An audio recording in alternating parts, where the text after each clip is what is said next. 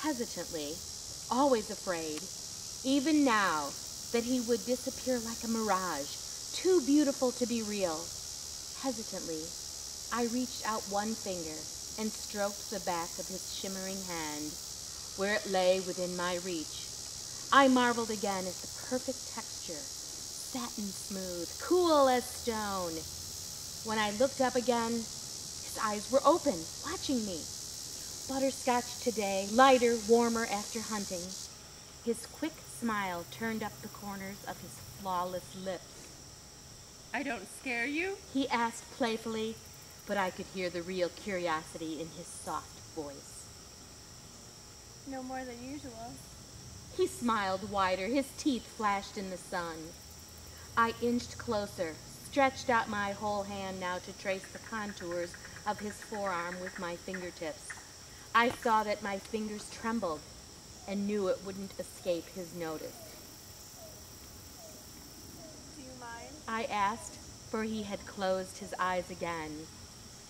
No. He said without opening his eyes. You can't imagine how that feels.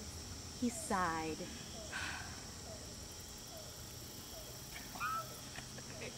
What are you afraid of?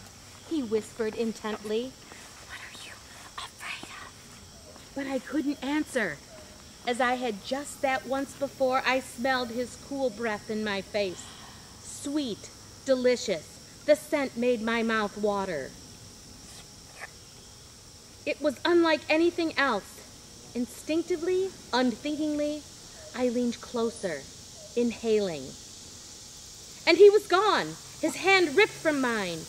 In the time it took my eyes to focus, he was 20 feet away, standing at the edge of the small meadow, in the deep shade of a huge fir tree. He stared at me, his eyes dark in the shadows, his expression unreadable. I could feel the hurt and shock on my face. My empty hands stung. I'm sorry, Edward. I whispered. I'm sorry, Edward. I knew he could hear. Give me a moment! He called just loud enough for my less sensitive ears. I sat very still. Give me a moment. After 10 incredibly long seconds,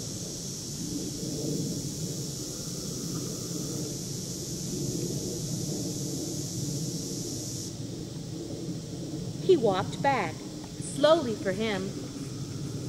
He stopped, still several feet away, and sank gracefully to the ground, crossing his legs. His eyes never left mine.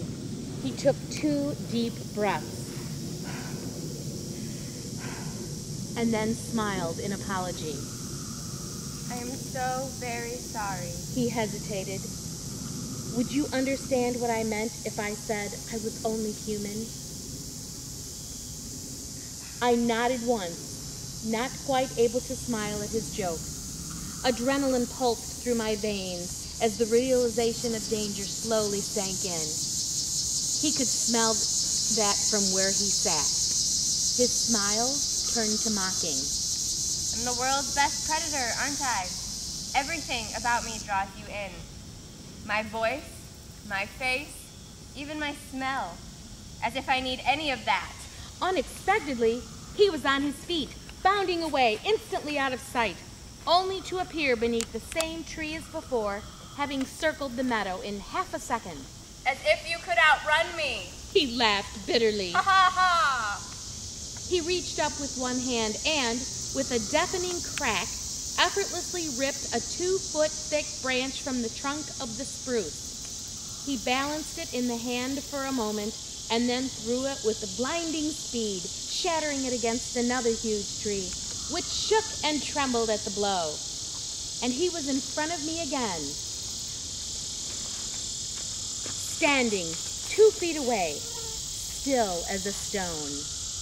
As if you could fight me off. He said gently. I sat without moving, more frightened of him than I had ever been. I'd never seen him so completely freed of that carefully cultivated facade. I'm free! I'm free! He'd never been less human or more beautiful. Face ashen, eyes wide, I sat like a bird locked in the eyes of a snake.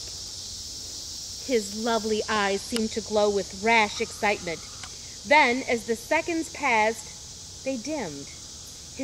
His expression slowly folded into a mask of ancient sadness.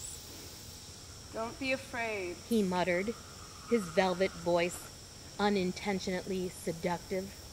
I promise. He hesitated. I swear not to hurt you.